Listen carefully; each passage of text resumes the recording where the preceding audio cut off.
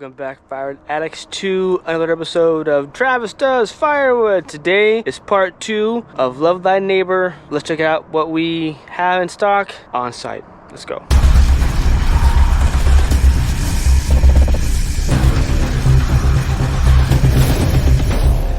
Alright, so I'm gonna do an intro as I'm driving, being safe. I'm certain I can film on location, but I don't want to encroach on her privacy. This woman, I believe her.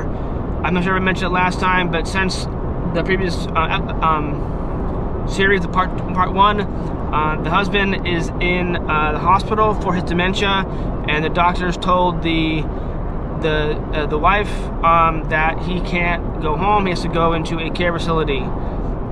Type thing. So she's definitely not in good spirits. So I'm hoping I'm able to give her some sunshine on her shoulders, some positive light by bringing her the firewood. So as you saw in the intro, I have pallets in the truck. So I mentioned in part 1 that I may let her borrow a tote.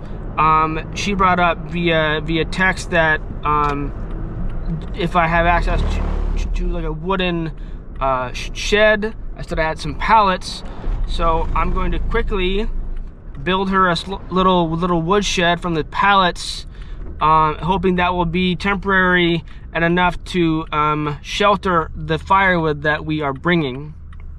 That's that. So I have tools, I have 2x4s, all the wood, all the pallets and all the wood that I have in the truck is free. It's reclaimed lumber, and so it's free to me, and I'm not using stuff from the store, and the tools I already had, and the screws, it is what it is. The wood, you saw the wood, it's all tarped off in the back of the trailer, and in there in the very back, I hope you saw it or not, I did bring the Timber Champ. It's unclear to me if this customer has already split wood, is already seasoned on her front patio, but it's too big for them to burn, too big for them to handle, and needs to be resplit. So I brought the Timber Champ just in case. I'm fairly certain that the Timber Champ is able to split through the wood. I believe it's fir. If that's not the case, then I brought it for no reason, no harm, no foul. But I wanted to be prepared while I'm here. I want to do all that I can to help this couple, and again, to at least alleviate a little bit of all their woes, give them maybe a smile or two while I'm there. Hopefully I'll make this as quick as possible, maybe a time lapse for you all watching. But again, these are not friends of mine, not family, just good customers that I feel the need, I feel compelled to assist where I can within reason. Again, I'm not going to charge her. I'm not gonna give her a quote for the wood and for the shed and for the resplit. She will pay me what she wants to pay me. I'm not going to accept a high dollar amount. I'm trying to do good that, and I have money on reserve of donations from earlier in the year of people donating funds to be able to, for me to give or sell at a discount rate firewood to people, so I can dip into that fund if need be. So it's not exactly full charity here, but still doing a good deed for those in need. So I'll see you on site. We'll get unloaded, and again, I hope this won't take too long, because obviously I have things to do on my end that was not planned for today, but this hopefully will go well. All right, we are on location at the woman's house, the customer's house. Pallets, I started to unload some of the pallets here. I'm gonna build the shelter.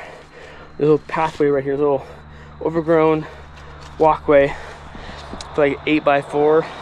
by 4, I think, because the front door is there, right?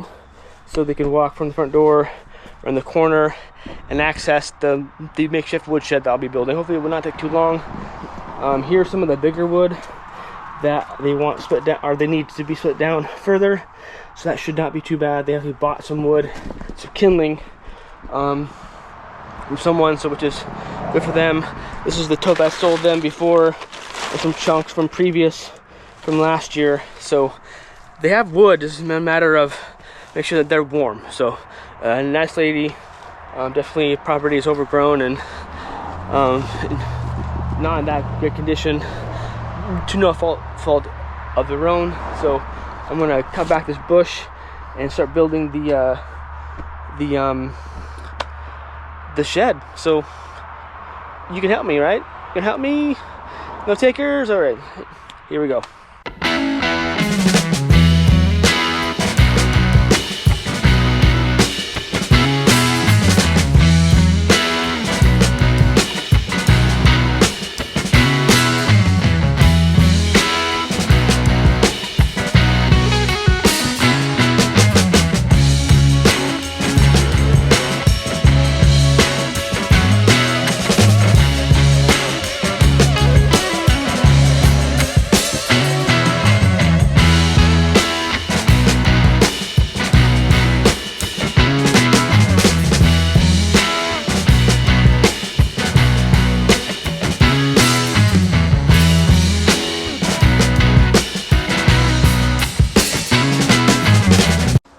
So shed is done. Not pretty, but functional and cost effective. I won't lie to you. I mean, free lumber, all the cost was screws that I already had, tools I already had.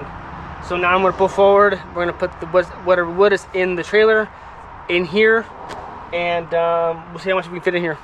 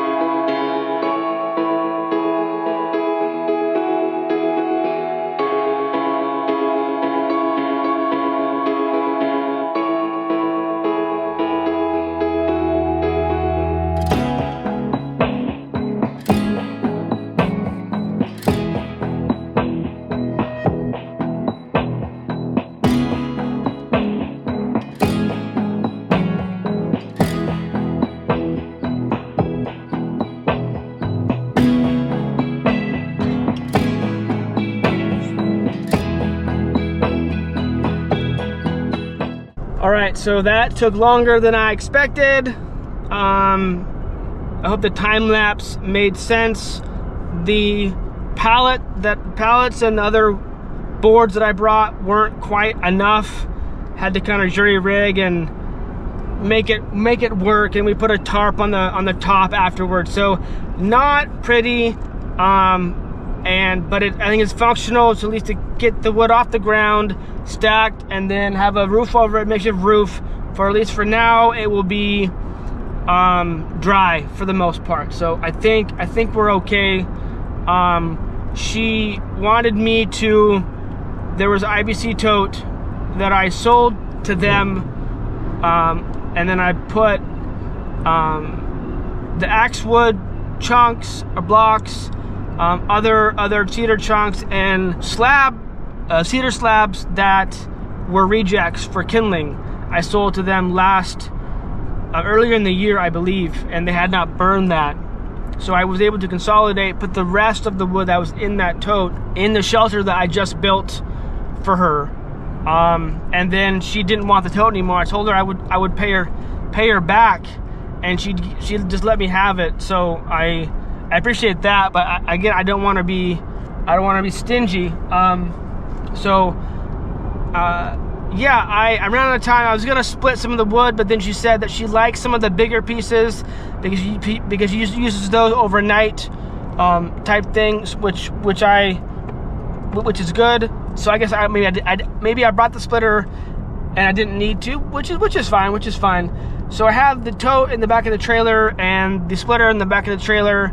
All my tools. I think it was good. The woman is very, very grateful for my support and my kindness, but I didn't want to be rude, but I wanted to make sure that she was aware, like, I can help when I can, but I got other things going on. It's unfortunate that she really has no one local, and like her grandson, who's now an adult, is like an hour away one way. So I don't know the whole family dynamics, and that's none of my business.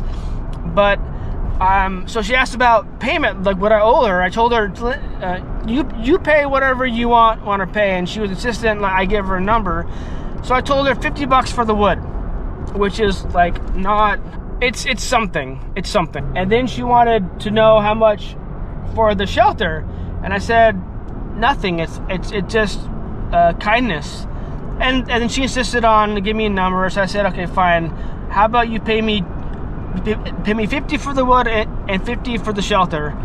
And so she went inside to write me a check for that amount. And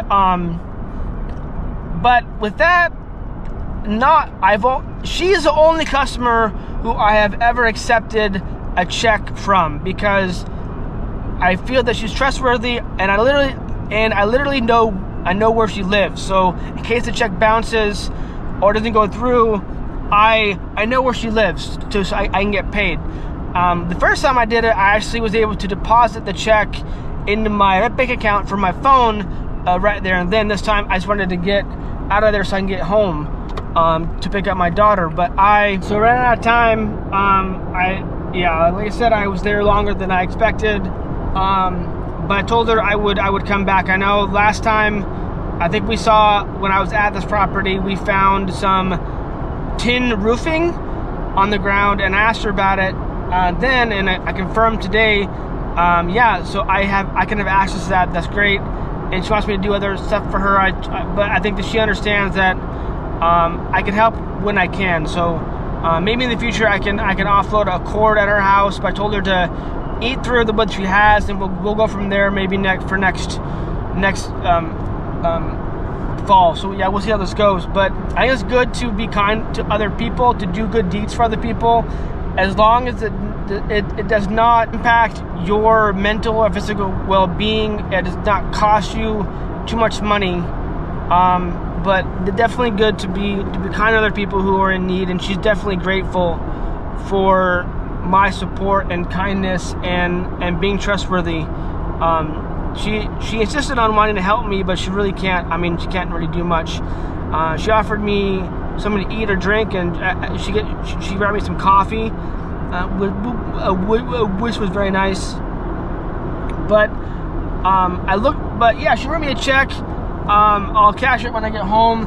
I look at it, and she wrote a check for $150. So she gave me a tip, basically what that is, and she definitely did not need to do that. I didn't do it for the money, but I hope that she it will be safe and well and warm, and hopefully her husband can come back home soon.